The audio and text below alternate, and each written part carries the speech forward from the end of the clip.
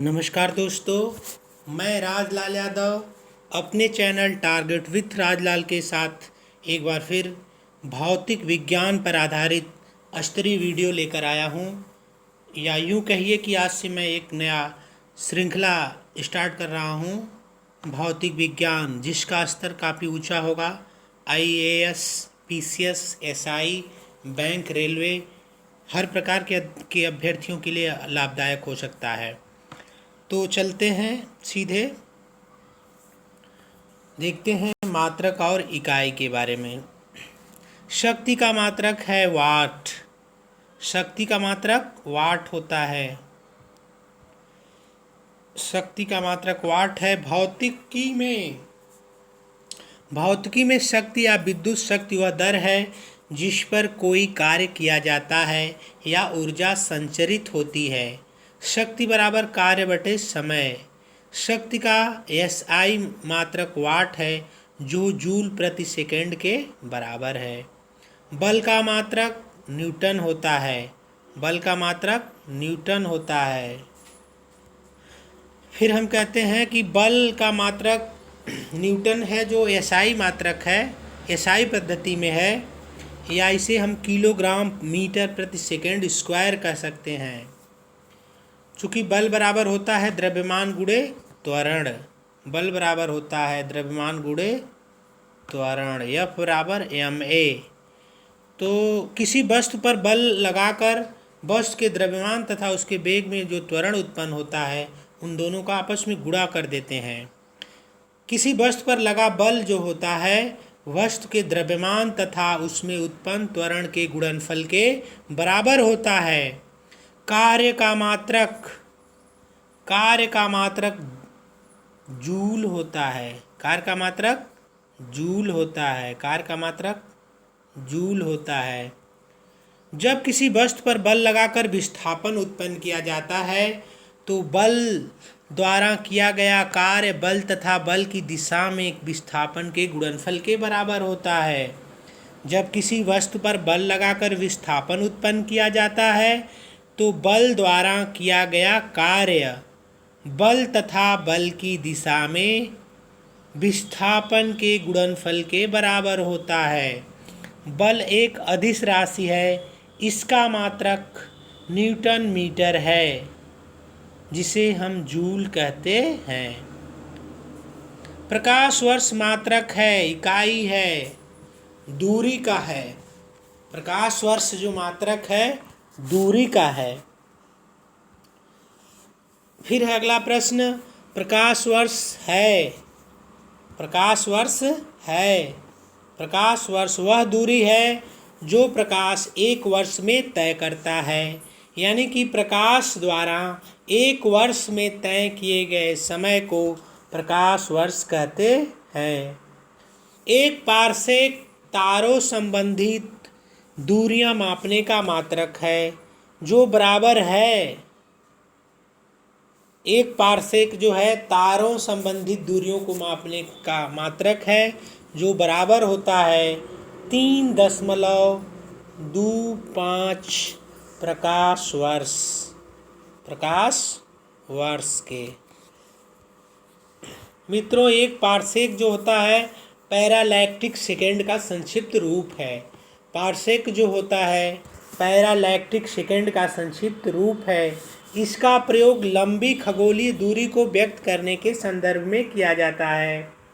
एक पारसेक बराबर 3 × 10⁻16 घात मीटर होता है और एक प्रकाश वर्ष बराबर 9.46 × 10⁻15 मीटर होता है। तो इसलिए एक पारसेक बराबर हो जाएगा 3.262 प्रकाश वर्ष। 3.262 प्रकाश वर्ष, यानी कि पारसेक जो है प्रकाश वर्ष से भी बड़ा है। माप की कौन सी इकाई को 0.39 से गुणा करने पर इंच प्राप्त होता है? सेंटीमीटर में अगर हम 0.39 इंच का गुणा करेंगे तो इंच प्राप्त हो जाएगा। तो इंच प्राप्त हो जाएगा। 6 फीट लंबे व्यक्ति की ऊंचाई, 6 फीट लंबे व्यक्ति की ऊंचाई नैनोमीटर में कैसे व्यक्त की जाएगी? तो सबसे पहले हम देखेंगे कि 1 नैनोमीटर मीटर के बराबर कितना होता है। तो 1 नैनोमीटर बराबर होता है 10 के पावर ऋण 9 मीटर। 1 नैनोमीटर जो होता है 10 के पावर ऋण 9 मीटर के होता है। और 1 फीट जो होता है, 1 फीट होता है 0.305 मीटर के बराबर होता है। तो 1 फीट बराबर 0.305 मीटर, इसलिए 1 फीट बराबर 30.5 गुणे 10 के पावर 7 नैनोमीटर। 6 फीट बराबर 6 गुणे 30.5 गुणे 10 के पावर 7 नैनोमीटर बराबर 183 गुणे 10 की पावर 7 नैनोमीटर। 1 नैनोमीटर होता है, 1 नैनोमीटर होता है। बहुत ही शानदार सवाल है, पूरी तरह से बहुत ही खूबसूरत प्रश्न। 1 नैनोमीटर होता है 10 की पावर ऋण 6 सेंटीमीटर, 10 की पावर ऋण 7 सेंटीमीटर, 10 की पावर ऋण 8 सेंटीमीटर, 10 की पावर ऋण 9 सेंटीमीटर। मित्रों, जो भी लोग जानकार हैं तुरंत वो लगाएंगे सवाल को, इसका उत्तर तुरंत 10 की पावर ऋण 9 मीटर ये कर देंगे। 10 की पावर ऋण 9 सेंटीमीटर जो विकल्प दिया है इसे कर देंगे, लेकिन वास्तव में होता है 10 की पावर ऋण 9 मीटर होता है, नॉट सेमी। मीटर होता है, सेंटीमीटर नहीं होता है। इसलिए ये प्रश्न बहुत ही शानदार बन गया और बहुत ही टेक्निकल साबित हो रहा है। चलिए देखते हैं। तो चूंकि हम जानते हैं नैनोमीटर, 1 नैनोमीटर बराबर होता है 10 की पावर ऋण 9 मीटर के। क्या होता है? मीटर के। अगर हम इस मीटर को सेंटीमीटर में बदलें तो 10 की पावर 2 का गुणा कर देंगे। तो जब 10 के पावर 2 का गुणा कर देंगे तो हमारा बन जाएगा 10 की पावर, तो हो जाएगा 10 के पावर ऋण 7 सेमी। तो 10 के पावर ऋण 7 सेमी हो जाएगा, 10 के पावर ऋण 7 सेमी। तो 1 नैनोमीटर बराबर 10 के पावर ऋण 7 सेंटीमीटर। एम्पियर मापने की इकाई है विद्युत धारा। एम्पियर मापने की इकाई क्या है? विद्युत धारा है। तो एम्पियर विद्युत धारा मापने की एक इकाई है। यदि किसी चालक तार में 1 एम्पियर की धारा प्रवाहित हो रही है, यदि किसी चालक तार में 1 एम्पियर की धारा प्रवाहित हो रही है, तो इसका अर्थ हुआ कि उस तार में प्रति सेकेंड 6.25 गुणे 10 के पावर 18 इलेक्ट्रॉन एक सिरे से प्रवेश करेंगे और दूसरे सिरे से प्रति सेकेंड इतने ही इलेक्ट्रॉन बाहर निकल जाएंगे। मेगावाट बिजली के मापने की इकाई है जो उत्पादित की जाती है। जहाँ पर बिजली का उत्पादन होता है वहाँ पर बिजली को मेगावाट में मापा जाता है। मेगावाट बिजली के मापने की इकाई है जो विद्युत उत्पादन केंद्र में उत्पन्न की जाती है। 1 मेगावाट 10 के पावर 6 बिलियन वाट के बराबर होता है।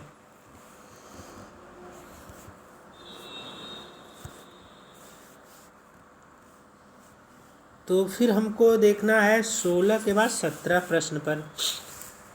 भौतिक राशियां दिया गया है और दूसरी सूची में इकाई दिया गया है। पहली सूची में भौतिक राशियों को और दूसरी सूची में इकाई दिया गया है। तो त्वरण, बल, कृत कार्य और आवेग। त्वरण किसका मात्रक है? जो त्वरण है इसको हम क्या कह सकते हैं? मीटर प्रति सेकेंड स्क्वायर। बल को न्यूटन में व्यक्त किया जा सकता है। कृत कार्य को जूल में और आवेग को न्यूटन सेकेंड में। बस मित्रों, त्वरण किसी गतिमान वस्तु के वेग में प्रति एकांक समय में समयांतराल में होने वाले परिवर्तन है। त्वरण जो किसी गतिमान वस्तु के वेग में प्रति एकांक समयांतराल में होने वाले परिवर्तन को कहते हैं। इसका मात्रक मीटर प्रति सेकेंड स्क्वायर होता है। बल का मात्रक न्यूटन होता है। आवेग का मात्रक न्यूटन सेकेंड होता है और कार्य का मात्रक जूल होता है। निम्नलिखित एसआई यूनिटों में कौन सी सही सुमेलित नहीं है? कार्य का मात्रक एसआई प्रणाली में जूल होता है। बल का मात्रक एसआई प्रणाली में न्यूटन होता है। द्रव्यमान का मात्रक एसआई प्रणाली में किलोग्राम होता है। दाब का मात्रक डाइन नहीं होता है। दाब का एसआई मात्रक पास्कल होता है। दाब का जो है एसआई मात्रक पास्कल होता है। सीजीएस प्रणाली में जो है बल का मात्रक डाइन होता है। फिर चलते हैं वाट, नाट, नाटिकल मील, कैलोरी। वाट, नाट, नाटिकल मील, कैलोरी और उधर दिया है ऊष्मा, नौचन संचालन, समुद्री जहाज की गति और शक्ति। तो मैच कराते हैं हम। वाट जो है शक्ति का मात्रक है। नाट जो है समुद्री जहाज की गति को मापता है और नाटिकल मील नौ संचालन की गति में, नौ संचालन में प्रयोग किया जाता है। कैलोरी ऊष्मा का मात्रक है। फिर आगे चलते हैं हम 19 के बाद 20 पर। सुमेलित कीजिए, सुमेलित कीजिए। जूल जो है, जूल, एम्पियर, वाट, वोल्ट, कैलोरी। जूल जो है कार्य का मात्रक है। एम्पियर विद्युत धारा का मात्रक है। वाट, वाट जो है शक्ति का मात्रक है। वाट किसका मात्रक है? शक्ति का। वोल्ट विभवांतर का। कैलोरी ऊष्मा का। तो इस तरह से हमने देख लिया कि जूल कार्य एवं ऊर्जा का मात्रक होता है। एम्पियर, वाट, वोल्ट एवं कैलोरी क्रमशः धारा, सामर्थ्य, विभवांतर और ऊष्मा के मात्रक होते हैं। कौन सा सुमेलित नहीं है? प्रश्न नंबर 21। नाट जहाज की गति की माप, यस सही है। नाटिकल मील नौ संचालन में प्रयुक्त दूरी की इकाई, ये भी सही है। एंगस्ट्राम प्रकाश के तरंग दैर्ध्य की दूरी, ये भी सही है। प्रकाश वर्ष समय मापन की इकाई, गलत है।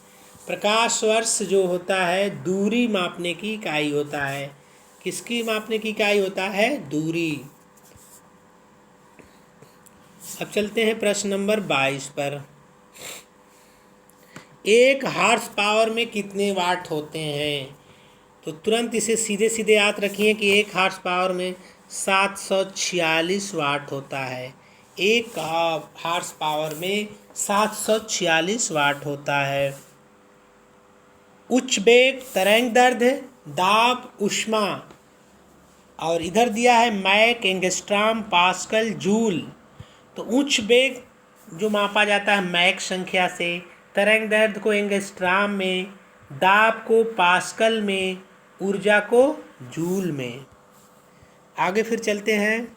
जूल ऊर्जा से उसी तरह संबंधित है जैसे पास्कल संबंधित है।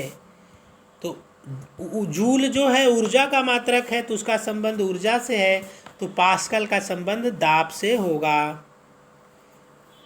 फिर आगे चलते हैं 24 के बाद 25 प्रश्न।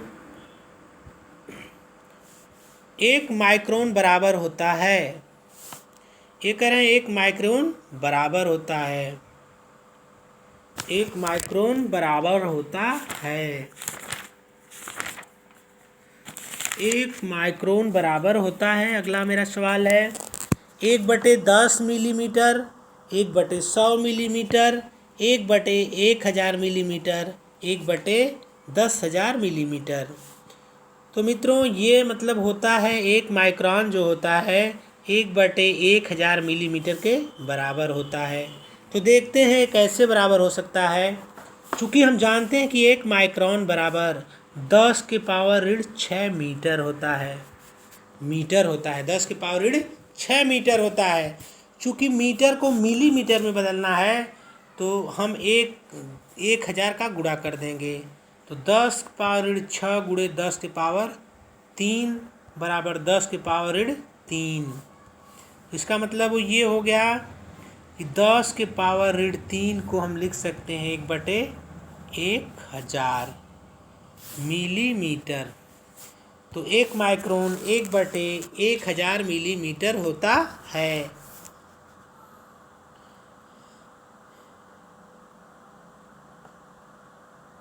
अब देखिए फिर अगला प्रश्न हमारा है 1 माइक्रोन।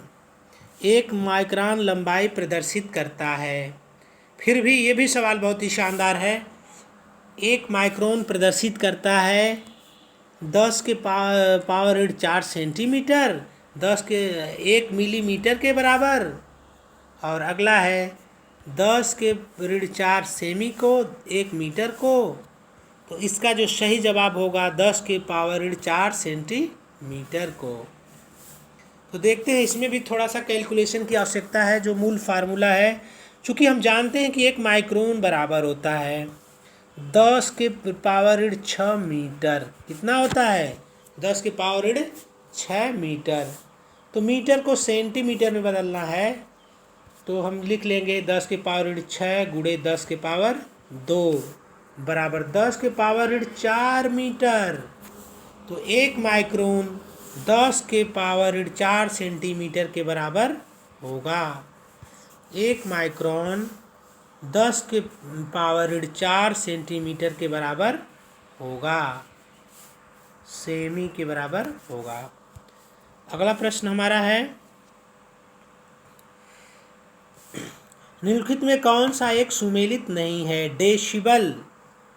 डेसिबल, अश्वशक्ति, समुद्री मील, सेल्सियस। तो क्या डेसिबल ध्वनि की प्रबलता की इकाई है? ये कह रहे हैं क्या डेसिबल जो है ध्वनि की प्रबलता की इकाई है? बिल्कुल, डेसिबल जो है ध्वनि की प्रबलता की इकाई है। अश्वशक्ति शक्ति का मापन करता है, ये भी सही है। समुद्री मील नौ संचालन में दूरी की इकाई, नौ संचालन में दूरी की इकाई, ये भी सही है। सेल्सियस ऊष्मा की इकाई है? नहीं, सेल्सियस जो है ऊष्मा की इकाई नहीं है, ताप मापन की इकाई है, ताप मापने की इकाई है। निम्नलिखित में कौन सी एक ऊष्मा की इकाई नहीं है? Calorie, kilo calorie, kilo joule, watt. तो वाट जो है ऊष्मा की ना होकर के शक्ति का मात्रक है। किसका मात्रक है? शक्ति का। तो फिर आगे चलते हैं हम प्रश्न नंबर 29 पर चलते हैं। 1 किलोमीटर दूरी का तात्पर्य होता है। बहुत आसान प्रश्न है। 1 किलोमीटर दूरी का तात्पर्य 1000 मीटर होता है। 1 किलोग्राम बराबर होता है एक पिकोग्राम बराबर होता है 10 के पावर ऋण 12 ग्राम के। तो देखते हैं, ये थोड़ा सा कैलकुलेशन की यहाँ आवश्यकता है। द्रव्यमान को मापने की लघु इकाइयाँ मिलीग्राम, माइक्रोग्राम, नैनोग्राम, पिकोग्राम तथा फेप्टोग्राम होती हैं। पिकोग्राम 10 के पावर ऋण 12 ग्राम होता है, 10 के पावर ऋण 12 ग्राम होता है। मिलीग्राम 10 के पावर ऋण 3 ग्राम होता है। माइक्रोग्राम 10 के पावर ऋण 6 ग्राम होता है। नैनोग्राम 10 के पावर ऋण 9 ग्राम होता है। एक फेम्टोग्राम बराबर 10 के पावर ऋण 15 ग्राम होता है। पास्कल मात्रक है दाब का, पास्कल मात्रक है दाब का। तो मित्रों देखते हैं, किसी तल के इकाई क्षेत्रफल पर लगने वाले बल को, किसी तल के इकाई क्षेत्रफल पर लगने वाले बल को दाब कहते हैं। दाब एक अदिश राशि है। दाब का मात्रक न्यूटन प्रति मीटर स्क्वायर होता है, जिसे पास्कल कहते हैं। 1 पास्कल बराबर 1 न्यूटन प्रति मीटर स्क्वायर।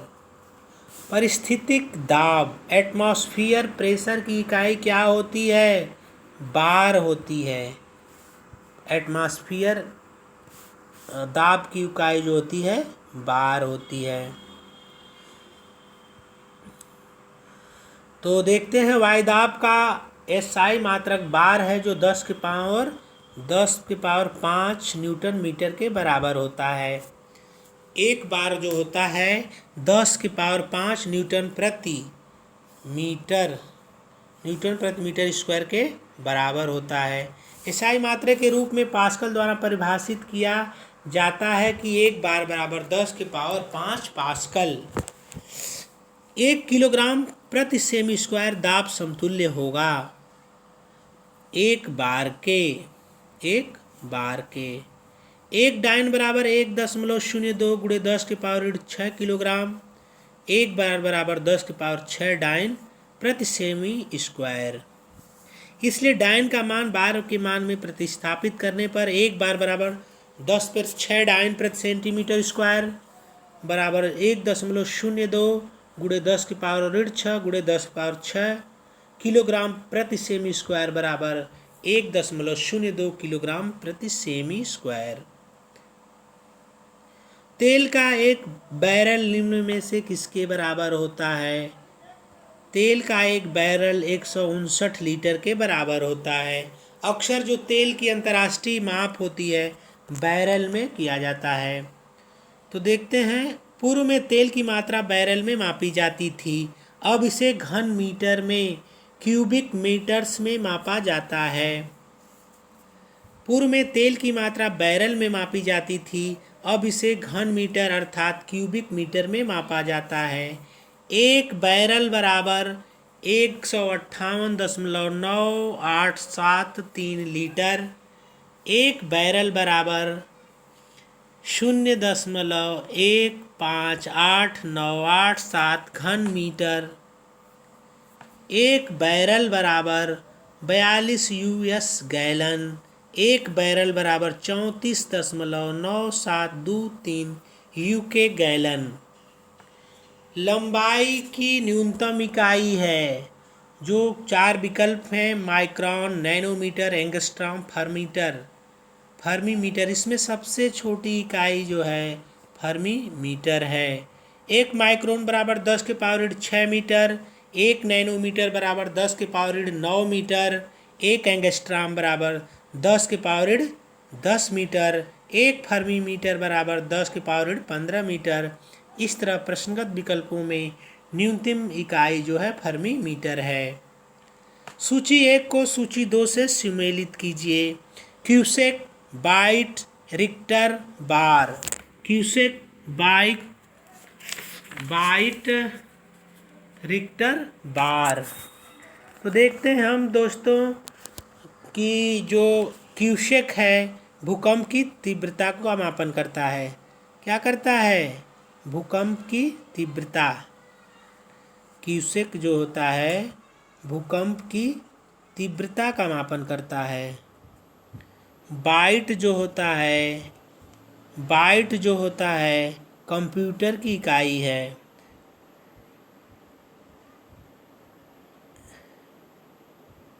क्यूसेक जो होता है प्रवाह की दर, हमने थोड़ा सा गलती कर दी है।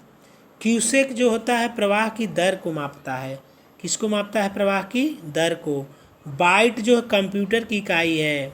रिक्टर जो है भूकंप की तीव्रता, और बार है जो दाब को मापन करता है।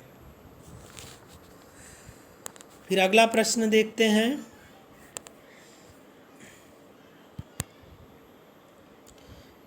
क्यूसेक से क्या मापा जाता है? क्यूसेक से जल का बहाव मापा जाता है। क्यूसेक से जल का बहाव मापा जाता है। निम्न में से कौन एक वायुमंडल के ओजोन परत की मोटाई नापने वाली इकाई है? डाप्सन। निम्नलिखित में एक वायुमंडल के ओजोन परत की मोटाई मापी जाती है। मापने वाली इकाई है डाप्सन। तो मित्रों, वायुमंडल में ओजोन परत की मोटाई डाप्सन में मापी जाती है। एक डाप्सन इकाई मानक ताप और दाब पर। एक डाप्सन इकाई मानक ताप और दाब पर 10 माइक्रोमीटर ओजोन परत को व्यक्त करती है। एक डाप्सन जो है इकाई मानक ताप और दाब पर 10 माइक्रोडाप्सन ओजोन को 10 माइक्रोमीटर ओजोन को व्यक्त करती है। एक डाप्सन इकाई 2.69 गुणे 10 के पावर 20 ओजोन अणु प्रति अर्ग के मीटर के प्रति समतुल्य होता है। डाप्सन इकाई का प्रयोग किया जाता है ओजोन परत की मोटाई को मापने के लिए। ओजोन परत की मोटाई को मापने के लिए। फिर आगे देखते हैं।